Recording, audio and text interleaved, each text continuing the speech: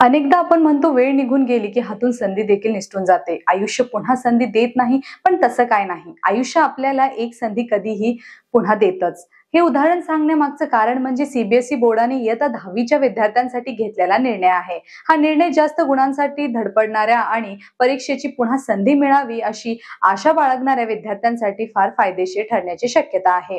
हा निर्णय कोणता आहे आणि विद्यार्थ्यांसाठी तो कसा फायदेशीर आहे हे या व्हिडिओच्या माध्यमातून पाहूया। नमस्कार, मी आकांक्षा आणि तुम्ही पाहताय ट्रेंडी गप्पा। तर हा निर्णय काय आहे पाहूया। केंद्रीय माध्यमिक शिक्षण बोर्ड अर्थात सीबीएसईने 10वी बोर्डाची परीक्षा वर्षातून 2 वेळा घेण्याचा मोठा निर्णय घेतला आहे। हा निर्णय 2026 पासून लागू होईल। याचाच अर्थ पुढच्या वर्षी सीबीएसई बोर्डाकडून 10वी बोर्डाच्या 2 वेळा परीक्षा आयोजित करण्यात येतील।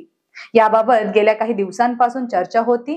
अखेर सीबीएसईने 10वी बोर्डाची 2 वेळा परीक्षा घेण्याची मंजुरी दिली आहे। परीक्षा कधी घेण्यात येणार पाहूया। तर ही परीक्षा कधी घेण्यात येणार आहे पाहूया। सीबीएसई 10वी बोर्डाची पहिली परीक्षा ही फेब्रुवारी मध्ये होईल, तर दुसरी परीक्षा ही मे महिन्यात होईल। परीक्षा 2 वेळा, फायनल मार्क कोणते असतील? सीबीएसईच्या इयत्ता 10वीच्या विद्यार्थ्यांना फेब्रुवारीच्या पहिल्या बोर्डच्या परीक्षेला बसणं अनिवार्य असेल। ही परीक्षा दिल्यानंतर मे महिन्यात होणाऱ्या परीक्षेत विद्यार्थी आपल्या इच्छेनुसार भाग घेऊ शकतात। दुसऱ्या परीक्षेत विद्यार्थी आपल्या गुणांमध्ये सुधारणा करण्यासाठी भाग घेऊ शकतात। नव्या नियमानुसार इंटरनल असेसमेंट वर्षात केवळ एकदाच केली जाईल। तसेच दोन्ही परीक्षांमध्ये बसणाऱ्या विद्यार्थ्यांना ज्या परीक्षेत जास्त गुण मिळाले आहेत ते गुण फायनल मानले जाणार आहेत। त्यामुळे विद्यार्थ्यांसाठी ही एक चांगली संधीच आहे। परीक्षांबाबत माहिती काय आहे पाहूया। सीबीएसई 10वी बोर्डाची पहिली परीक्षा ही 17 फेब्रुवारी ते 6 मार्च या काळात आयोजित केली जाऊ शकते, तर दुसरी परीक्षा ही 5 मे ते 20 मे या काळात आयोजित केली जाऊ शकते। अर्थात परिस्थितीनुसार कदाचित वेळापत्रकात थोडाफार बदलही होऊ शकतो। पहिली आणि दुसऱ्या या दोन्ही परीक्षेतील सिलेबस सारखाच असणार आहे। या अभ्यासक्रमात पूर्ण पाठ्यक्रम सहभागी असेल। त्याचसोबत जे विद्यार्थी दोन्ही परीक्षा देतील त्यांचे परीक्षा केंद्र देखील एकच असेल।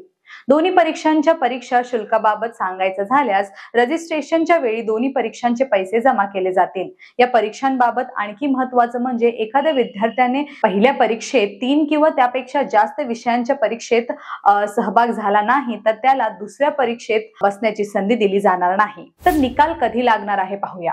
फेब्रुवारी महिन्यात घेण्यात आलेल्या परीक्षेचा निकाल हा एप्रिल महिन्यात जाहीर केला जाईल, तर मे महिन्यात घेण्यात आलेल्या परीक्षेचा निकाल हा जून महिन्यात जाहीर केला जाईल। दुसऱ्या परीक्षेत विद्यार्थी एकूण 3 विषयात आपले गुण वाढवण्यासाठी प्रयत्न करू शकतो। तर या विषयांमध्ये येतात विज्ञान, गणित, सोशल सायन्स आणि भाषा विषयांचा समावेश। यांचे मूल्यांकन कसे होणार आहे पाहूया। या निर्णयाअंतर्गत 10वी बोर्डाच्या परीक्षा वर्षातून 2 वेळा होणार असल्यास तरी विद्यार्थ्यांचं मूल्यांकन मात्र वर्षात एकदाच होणार आहे। सीबीएसईने घेतलेल्या या निर्णयाची थेट अंमलबजावणी होणार नाही। अगोदर सीबीएसई याबाबतचे नियम तयार करेल, त्यानंतर हे नियम जनतेच्या पुढे मांडण्यात येतील। लोकांच्या सूचनांना लक्षात घेऊन नंतर या नियमांची अंमलबजावणी केली जाणार आहे। तर दरम्यान सीबीएसईने हा निर्णय घेतला असला तरी शिक्षण क्षेत्रातील तज्ज्ञांची यावर काय भूमिका असेल, तसेच विद्यार्थ्यांच्या पालकांमध्येही या निर्णयाबाबत काय सूर असणार आहे हे पाहणं महत्त्वाचं ठरणार आहे। आगामी काळात या निर्णयाची अंमलबजावणी कशी होणार आहे, विद्यार्थी पालकांना याबाबत कसे समजावून सांगितले जाणार आहे हे पाहणं महत्त्वाचं ठरतं। सीबीएसईने घेतलेल्या या निर्णयामुळे विद्यार्थ्यांचे परीक्षाचे ओझे कमी होईल का आणि पालक म्हणून तुम्ही या निर्णयाकडे कसे पाहता आम्हाला कमेंट करून नक्की सांगा। व्हिडिओ आवडला असेल तर ट्रेंडी गप्पा या YouTube चॅनलला सबस्क्राइब करायला विसरू नका। धन्यवाद।